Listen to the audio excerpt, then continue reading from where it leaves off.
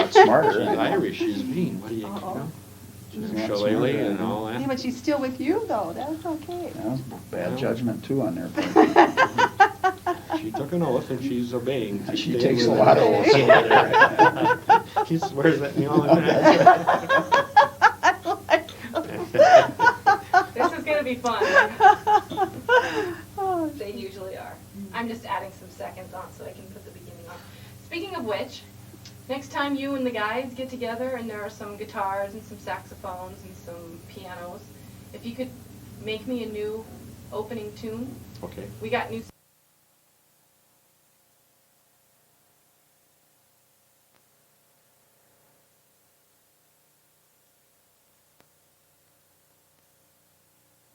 That little bit of music.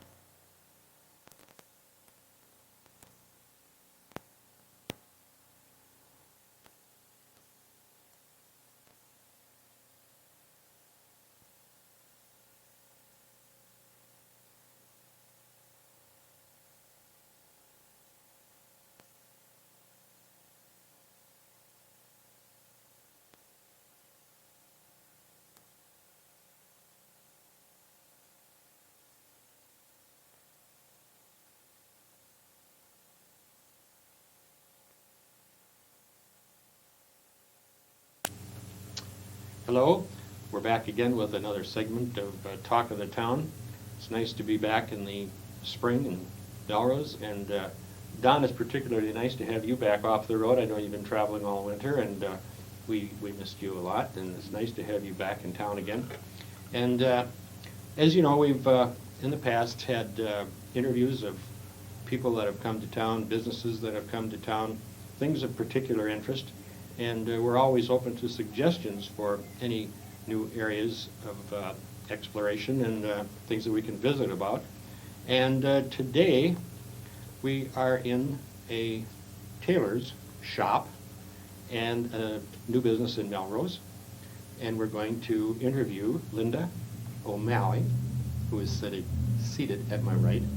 And we just want to have an opportunity to get to know you and let you talk to us a little bit about your business and how you got here and so on. okay. So, Linda, how long have you been on the main street of Melrose as a part of our business community? I opened up April 2nd. It was just a fun thing to be doing. It's been a fun opportunity to be here and having my own business on Main Street. I've had a lot of fun people coming in and meeting a lot of people. Now, you talk about being on Main Street. We have a camera here, and we're not quite sure if we're a viewer. Just where are we? What area are we talking about? What's next door to you? That kind of thing. I'm right across from Pat's Floral. It is now called the Pedal Patch. Okay. It's, a lot of people know it as Pat's Floral, and it helps people distinguish where I'm at. Plus, I'm also right next door to the VFW. Okay. Linda, you mentioned O'Malley. How in the world does that Irish name get involved with Melrose? You know, as you well know, we have a few Germans around here. Just a few. I am totally German. I happen to have been married to an Irishman for quite a while, and it's just kind of a name I kept. Okay. After having it for so long, it's kind of hard to give up. Well, you know, I understand, Mark, that you have a little bit of an Irish connection in your household. I do. I have the utmost respect for the Irish. Now, that is unusual to hear from him, because he normally has very little respect for much of it. It's someone that has Danish background that we really have trouble getting along with, but at times he's tolerable too. So. Well, I want you to know that I have the same kind of Irish connection in my household as you do in yours. We've become pretty tolerant, let's put it that Oh, way. that's good. So, as an Irish name, welcome aboard. Thank you. But now tell us, how did you happen to decide to open a shop in Melrose? The area offers a lot of opportunity here.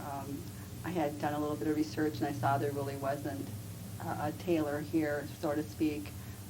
You needed I just heard from friends and relatives that there's a great need for tailoring here.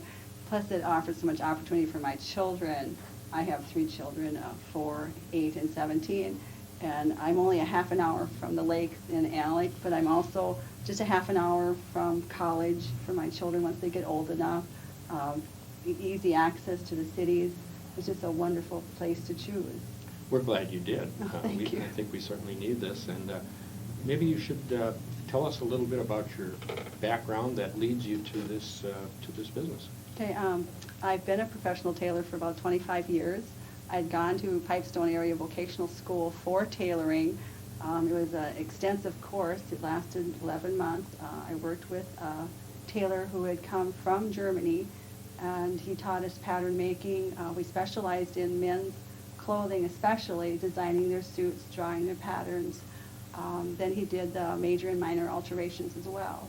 And then as the years went by, I've worked in many different alteration shops as head tailor. And then the last 5 years, I've had my own shop out of my home. And I've kind of decided that I want a family life besides. So I decided once my friends all said we need something in Melrose to put it into a shop and have a family and get to know my kids instead of working 60, 70 hours. Because I'm someone that, as you see, I have a lot of work sitting here. And if this were at home, I'd work till 1, 2 in the morning and just keep on working. Whereas now this way I can come in here and shut the door. Plus, I would guess that you're a little bit more accessible, or That's at least correct. in people's minds, that you'd be more accessible and there'd be more opportunity. You know, for example, Mark might stop over and buy a dozen roses for his wife after these words today.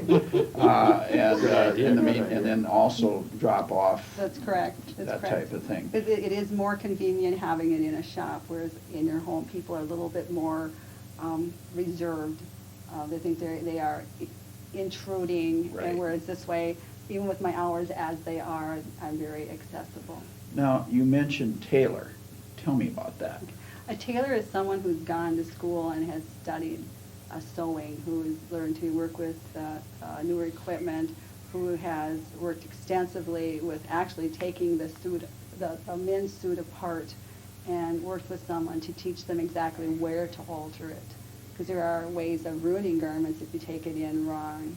And by being a tailor, I can look at something and say, okay, this is where I need to take it in. Whereas I've worked with someone who's just a seamstress, who's worked with patterns, does not have that ability to say, okay, I can take it in at this seam and I can take it in this much. And that's basically the difference, is just the basic knowledge of knowing how to work with a certain type of fabric or garment. So that Don, if you want to take your tuxedo in and have it brought in a little bit, since you're shrinking down a bit, you'd feel very safe and comfortable to bring it to Linda, and she could make you look good again. She could make me look good again, huh? Now maybe those flowers, you gotta rethink who you're buying them for, so, in the past, following up on what he's suggesting here, if I had a suit jacket that needed letting out or bringing in, I could, instead of having, to go maybe where I got it at St. Cloud or whatever, that I could bring it to you and That's correct. you would That's do correct. all the things necessary That's to make it right. That's correct. Okay. Because I had started out working in men's clothing stores, where when someone would come into the store, instead of the salesman doing the fitting, then I would come up and do all the fitting. And whether it needed the shoulders taken in, or if the jacket was too long, or whatever needed, then I could comfort the gentleman saying, okay, this is what needs to be done. And I'm one of these people, I'd like to put it back the way it was put together. I'm not into changing the style of the garment. I want it to look the way you bought it, because that's what appealed to you at first. And so I'm very picky as to how I alter something, because if you do take it in wrong, or if you don't add back the top stitching, you change how the garment looks.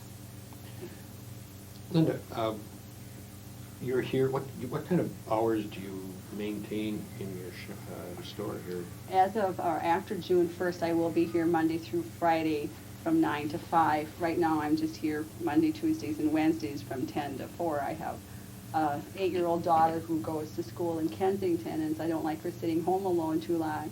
And then I also have a 4-year-old who's in Head Start, so I want to keep the family doing the things that they are in before I decided to do this venture. Do you have a business phone that you want to give a number out for people who may want to call you and make an appointment or make sure that you're here? Or do you have a phone here at the office? Right now, I am using a cell phone because it's very convenient for me. This way, you can reach me wherever I'm at. My cell number is 320-815-4472. 4472. Correct. That's 320. Yeah, that's right. In coming in the door, I saw a sign that said dry cleaning. Yes. And tell us about that. That's another part of your... That is correct. I work with Jim Hofdahl over at Hofdahl Cleaners in Alexandria. He offered me a chance to give Melrose another service of dropping off dry cleaning here, and then since I fly past Alec on my way over here, then I drop the dry cleaning off for him. He's also just very much like me. We're very service oriented. We guarantee our work. If we make a mistake and we ruin a garment, we pay for it, basically. We don't want people to be upset that I overpressed something or I altered something too much, and then they have to take the garment home and they cannot wear it. That's an interesting concept. So if something doesn't turn out the way it ought to, you end up... I end up buying the garment. Or if I can re-alter it so that he's happy with it. With Hofdahl Cleaners, he looks through the garments very, very thoroughly to make sure that the spots were there before. He tests for color fastness.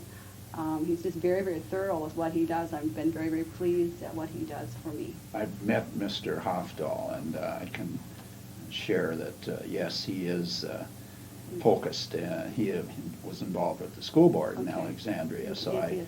got to meet him there. But you know, that this concept of making that situation right, that has a lot of appeal, Mr. Meyer. Have you ever thought about that? No, but...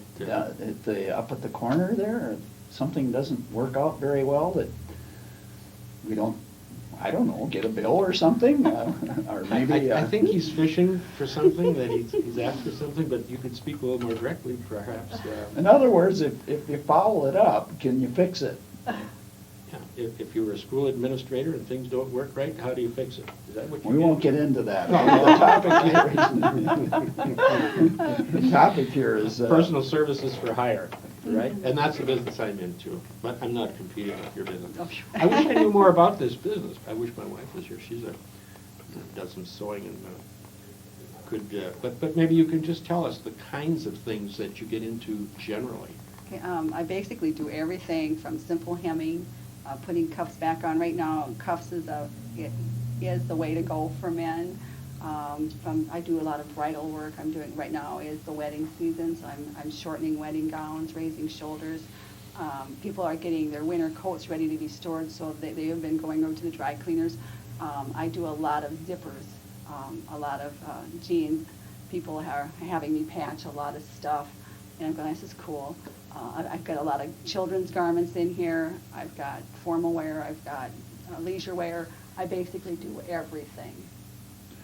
You know, an interesting thing with, you mentioned earlier when you talked about putting the garment back together the way it was, and that when we buy a suit or a jacket or whatever, how it feels is really, really important, at least to me. You know, if the jacket feels right, the suit fits right, it makes all the difference in the world, at least in my case, that I won't wear it if it isn't feeling right. Most people won't. Like a lot of the stuff that I have sitting here has been sitting in people's closets for a really, really long time. And they've heard that I came to town, so I've been getting stuff brought in by boxes, and their biggest complaint is, I don't wear it because it don't fit me right. And if people will not wear their clothes unless it fits right, like with a man's suit coat. One thing I learned in tailoring school is the suit coat is what makes the man because of all the interfacing in it, the shoulder padding. When I did make the suit by hand completely, everything was hand basted in. We hand shaped the suit so that when the man stood, it made his shape look so much better. I mean, we could actually make a little tiny man look fantastic by the way his suit fit him, which is awesome. And I was just totally impressed with working with this gentleman who was our instructor, and it was just great to see what he could do to a person who had like one shoulder so much lower than the other by building it up with shoulder pads, by changing style for him.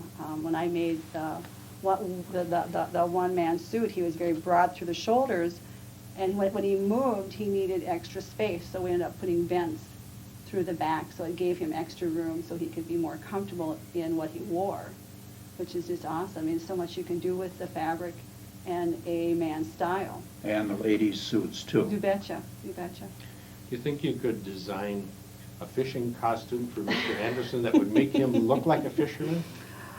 Well, I don't know how good he is at fishing. It all depends. Well, we really shouldn't talk about that. But the appearance would be nice, if he had the appearance. Only if he takes me fishing with him. That could be arranged. There's an offer, there's an offer. Yes, that can be arranged. Then you'd get a complete understanding That's right, of his... because the first thing we like to see is someone's profile, how they wear their clothes. When a gentleman walks in here and he wants me to alter his suit, the first thing I want to know or I watch for is how he walks and how he carries himself, because that's the way he's going to wear his suit. And you don't want to have him stand straight in front of the mirror and then you get it all altered, and when he puts it on, it still don't feel right for him, so you have to go back and redo it. Do you ever kind of get into, like, if somebody has got an ego that's too big, can you design a suit to help with that too? Are you worried about that too, Don? No. I mean, you shouldn't be so hard on yourself. I'm just suggesting that might be an area that you could get a little help with. Well, I've never been asked that before. Well, we kind of got now the idea here that you could kind of work some miracles with clothing. Someday I wish I had a wand to fix all the problems that I work with, and it'd be a little bit quicker too.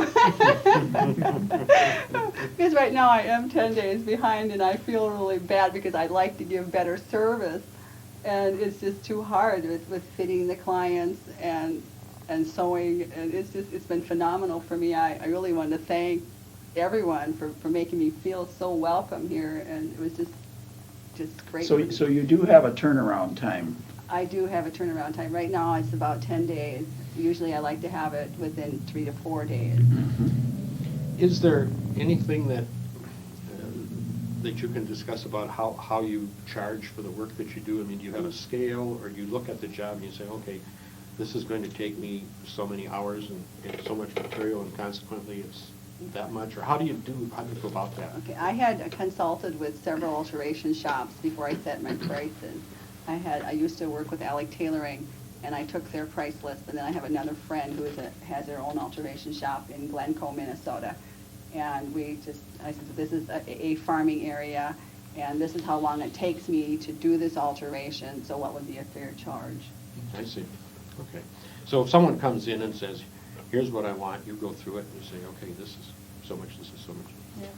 That's kind of like what we do too, isn't it, Mark? I mean, seriously, when you look at something that you do as a service person, and sure. I know I do that, and what I do with school districts, I'll say, well, and of course, maybe you do what I do, chronically underpriced. I don't know. I'm chronically underpriced. I was told that last night. Because I also work with a lady in Alec who does my leather for me, and we were discussing prices, and I asked her how much she charged, and she says, Linda, I have to tell you I charge $30 an hour because I have to have X amount of dollars to pay for my equipment and my storefront and all this stuff. And I said, yes, I hear you there. And so I was just kind of feeling her out because I work with leather a little bit, and if it gets too much or too thick, then I bring it over to this lady, and it was really fun because she does horses, and I'm going like, boy, this looks like a fun job because she does shoes and everything else, and so we're kind of comparing our businesses, and some of the stuff she has to do the fitting for, but basically with leather you don't, and so it's just fun to learn about how she does things. I said, I'm gonna go spend a whole day with her just to see how she works with the leather, so I get a better knowledge of the leather. I suppose you run into leather, I mean, like small patches of leather, elbows, shoulders. Right. See, that's easy to do, is when you're working with putting zippers into a leather jacket. I had a gentleman bring me a motorcycle jacket that was quite heavy and needed a heavy-duty zipper, and my machines do not handle that. I have basically industrial sewing machines, but mine are not specified for leather, and so I took it over to her. So you have a backup for that Yes, then? yes. Okay. How about repair, like leather, like a leather jacket that gets a tear in it? Can you put that back together? See, I can't, but I do bring it back to this lady She over can do that in too. Alex. She has a special machine that actually can kind of rough it up a little bit so it doesn't look like the tear and different things that she Okay. uses and stuff. So in a sense, you have some interfaces in a sense with other, like with Right. Hofdahl and with Yeah. this lady, Yeah. and then they in turn would probably refer That's things correct. to you That's that correct. you do or that they can't do. That's and- correct. And so forth. So you have a business relationship, kind of a, not a partnership, but Right. confederation, I guess. might be a There you term. go. It was just kind of nice because I had been an alteration tailor over in Alec for 5 years. I had done it out of my home. And in those 5 years, I had met quite a few people, and by getting to know them, there's certain things I just didn't have the time to specialize in. I just can't offer everything. And so we all got together and said, hey, let's just help each other out. And so when I drop the dry cleaning off at Hofdahl's, I pick up his mending and dry cleaning.